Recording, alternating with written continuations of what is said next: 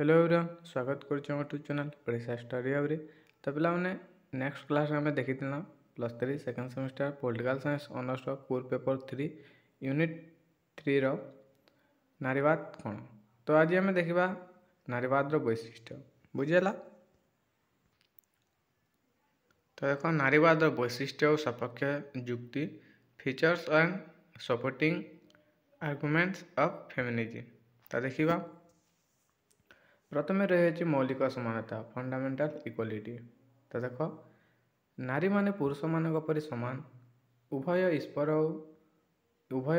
सृष्टि अमूल्य अवदान। पुरुष बिना नारी और नारी बिना पुरुषर स्थिति और प्रगति असंभव। संसार रे स्थिति मध्य अकल्पनीय। उभयों मध्य समान अंतर्निहित शक्ति और प्रतिभा रही, जहाँ उपयुक्त सुजोग पाइले विकसित हो पारि। नारी माने अबला और दुर्बला बोली होता युक्ति केवल पुरुष मानसिकतार प्रतीक अटे। नेक्स्ट रही देख लिंग योग्यतार मापकाठी नुहे। तो लिंग भेद भित्तिर योग्यता निर्णय करा उचित मध्य नुहे। योग्य और प्रतिभा संपन्न व्यक्ति पद पदवी तथा उच्च स्थान को उत्तीर्ण होती। योग्यतम ही तिष्ठि रहे।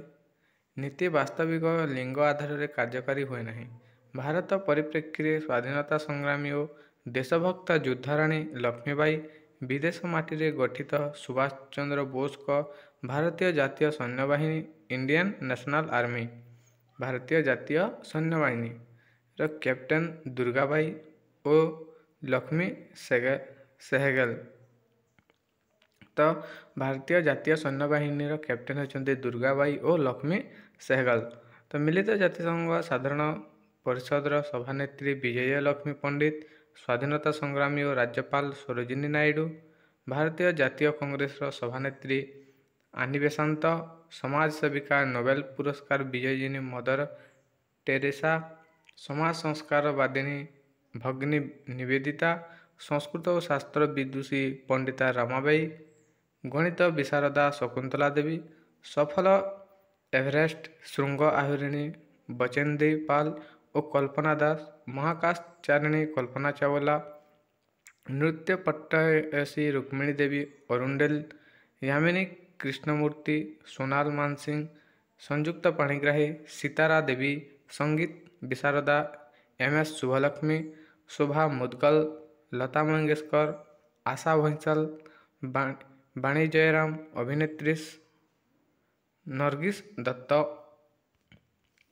हेमा मालिनी, माधुरी दीक्षित, नृत्यांगना अभिनेत्री वैजयंती माला, क्रीडारमूर्ति तो इत्यादि,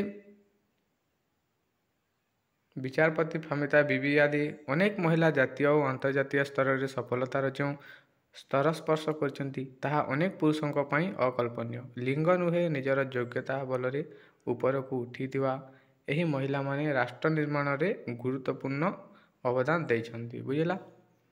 तो नेक्स्ट रही देख पितृ प्राधान्य समाजर विरोध। तो प्रचलित समाज रे सबुकिछि पुरुष केन्द्रिक बा पितृ प्राधान्य संपर्कर सपक्षवादी। विवाह और परिवार नारी को गौण भूमिका दि जाए पुरुषर प्राधान्य को बढ़ाई दि जाइछि। पुरुष प्रभावशाली होई नारी को नियंत्रण और दमन करने विधिमान्य बोली ग्रहण करा होई आसुछि, जहाँकि नीति संगीत नुहे। यह मध्य स्वाभाविक न्याय नेचुरल जस्टिस परिपंथी। उग्र नारीवादी माने नारी मानक पई एकक विवाह लागू होइतिबारु नारी अत्याचार बढ़ुछि बोली जुक्ति करी विवाह क्षेत्र में नारी मानकु अधिकतर सुविधा देवाकू जुक्ति उपस्थापना करिसेंती। स्त्री हिसाब से पुरुषर यौन क्षुधा में और माँ हिसाब से पिला मानक लालन पालन करिवार ऊर्ध्वरे नारी मानक व्यक्तित्व विकास में सुजोग संकुचित थिबा विपक्ष में नारीवादी माने जुक्ति करती। विवाह और परिवार संज्ञा स्वरूप संपर्क पुनः निर्धारण करा जाय नारी मानक अधिक स्वाधीनता प्रदान निमंते जुक्ति दर्शाइछंती। तो नेक्स्ट रही अर्थनैतिक स्वाधीनता इकोनॉमिक्स इंडिपेंडेंस। तो नारीर दुर्बल स्थिति पाई तार अर्थनैतिक पराधीनता एक प्रमुख कारण अटे। तो नारीर जो दुर्बलता स्थिति पाई ତାର ଅର୍ଥନୈତିକ ତାର ଯେଉଁ ଅର୍ଥ ରହିଛି ତାର ପରାଧୀନତା ଏକ ପ୍ରମୁଖ କାରଣ ଅଟେ।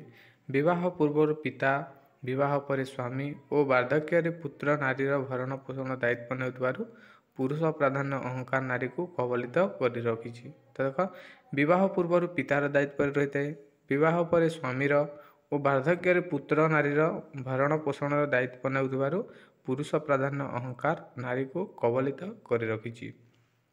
ତ ନିଜର ଭରଣ ପୋଷଣ ଓ ସାମାଜିକ ମର୍ଯ୍ୟାଦା ପାଇଁ ସ୍ୱାଧୀନ ଅର୍ଥନୈତିକ ଅବଲମ୍ବନ ଅର୍ଥାତ୍ ଅର୍ଥନୈତିକ ଆତ୍ମନିର୍ଭରଶୀଳତା ଜରୁରୀ ଅଟେ।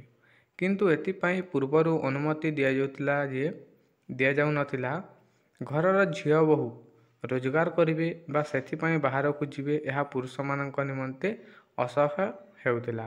ଆଜିର ନାରୀ ଚାକିରି ଓ ଅନ୍ୟାନ୍ୟ ବୃତ୍ତି ମାଧ୍ୟମରେ ପ୍ରାୟ ସବୁ ସ୍ତରରେ ପ୍ରବେଶ କରି ବେଶ ସଫଳ ହୋଇପାରିଲେଣି। ପୁରୁଷବିହୀନ ଅଥବା ପୁରୁଷ ଅକର୍ମଣ୍ୟ ପରିବାରରେ ରୋଜଗାର ଭାର ନାରୀ ହିଁ ନେବାକୁ ବାଧ୍ୟ ହେଉଛି। ତ ନେକ୍ସଟ ରହିଛି ସାମାଜିକ କୁସଂସ୍କାର ଓ ମୂଲ୍ୟବୋଧର ପରିବର୍ତ୍ତନ ଆବଶ୍ୟକ। ତ ନାରୀକୁ ଆଉ ପରଦା ଆଢୁଆଳରେ ଓ ଘରର ଚାରିକୋଣ ମଧ୍ୟରେ ଆବଦ୍ଧ କରି ରଖାଯାଇ ପାରିବ ନାହିଁ। ରୋଷେଇ ବା ପିଲାମାନଙ୍କ ଲାଳନ ପାଳନ ସମ ପରିମାଣରେ ପୁରୁଷମାନଙ୍କ ଦାୟିତ୍ୱ ରହିଥାଏ। ସେହିପରି ପୁରୁଷମାନଙ୍କ ଏକଚାଟିଆ ଅଧିକାର ମନୋପଲି ଗଲେ ଏକଚାଟିଆ ଅଧିକାର ବୁଝିଲା ବୋଲି ବିଚାର କରାଯାଉଥିବା କଷ୍ଟଦାୟକ କାର୍ଯ୍ୟ ଯଥା ବିମାନ ଚାଳନା, ସୈନ୍ୟବାହିନୀରେ ଯୋଗଦାନ ଦେବା, ଶିଳ୍ପ କାରଖାନା, ଯାନ୍ତ୍ରିକ ଓ ବୈଷୟିକ କାର୍ଯ୍ୟ, ପର୍ବତାରୋହଣ, ସନ୍ତରଣ, ନୌକା ଚାଳନ, ଭାରବହନ ଆଦି କ୍ଷେତ୍ରରେ ମଧ୍ୟ ନାରୀମାନେ ସଫଳତାର ସହ ପ୍ରବେଶ କରିସାରିଲେଣି। ତ ଏହି କ୍ଷେତ୍ରରେ ନାରୀମାନେ ବେଶ ସଫଳତା କରିସାରିଲେଣି। ତ ଆତ୍ମରକ୍ଷା ନିମନ୍ତେ ଜୁଡ଼ୋ, କରାଟେ ଭଳି ସାମରିକ କ୍ରୀଡ଼ାଭ୍ୟାସ ତଥା ଯୋଗ ବ୍ୟାୟାମ ଆଦି ସେମାନେ ଅନାୟାସରେ କରିପାରୁଛନ୍ତି। ପୁରୁଷ ପୋଷାକ ପିନ୍ଧିବା, ପୁରୁଷ ପରି କେଶ ବିନ୍ୟାସ କରିବା ସାଧାରଣ ଘଟଣାରେ ପରିଣତ ହେଲାଣି। ଯୌନକ୍ରିୟା ଓ ନାରୀ ଗର୍ଭ ବିନା ମଧ୍ୟ ଶିଶୁ ଜନ୍ମ ହୋଇପାରୁଛନ୍ତି। ଅସ୍ତ୍ରୋପଚାର ମାଧ୍ୟମରେ ସ୍ତ୍ରୀ ପୁରୁଷ ହୋଇପାରୁଛି ଓ ପୁରୁଷ ମଧ୍ୟ ଗର୍ଭଧାରଣ କରିପାରେ। ଶିଶୁମାନେ ଘରେ ନ ବଢ଼ି ଶିଶୁ ପରିଚର୍ଯା କେନ୍ଦ୍ରମାନଙ୍କରେ ଲାଳିତ ପାଳିତ ହେଉଛନ୍ତି ଏବଂ ପରେ ଆବାସିକ ବିଦ୍ୟାଳୟମାନଙ୍କରେ ଶିକ୍ଷା ଲାଭ କରୁଛନ୍ତି। ନାରୀବାଦ କୁସଂସ୍କାର ଓ ମୂଲ୍ୟବୋଧର ପରିବର୍ତ୍ତନ ପାଇଁ କେବଳ ଦାବି କରୁନାହିଁ, ଏକ ବାସ୍ତବ ପରିବର୍ତ୍ତନ ଦିଗରେ ସମାଜକୁ ନେଇ ଯାଇଛି। ତ ନେକ୍ସଟ ରହିଛି ନାରୀ କ୍ରୀଡ଼ନକ ବା ପଣ୍ୟ ଦ୍ରବ୍ୟ ନୁହେଁ। ତାର ଦେଖିନେବ।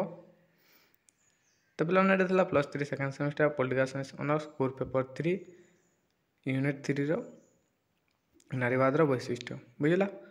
ଆଶା କରୁଛି ଭିଡ଼ିଓଟି ଭଲ ଥିବ। ଭିଡ଼ିଓଟି ଭଲ ଥିଲେ ତୁମ ସାଙ୍ଗସାଥିମାନଙ୍କୁ ସେୟାର କରିଦେବ, ଯାହାଦ୍ୱାରା ସେମାନେ ମଧ୍ୟ ଉପକୃତ ହୋଇପାରିବେ। ଧନ୍ୟବାଦ।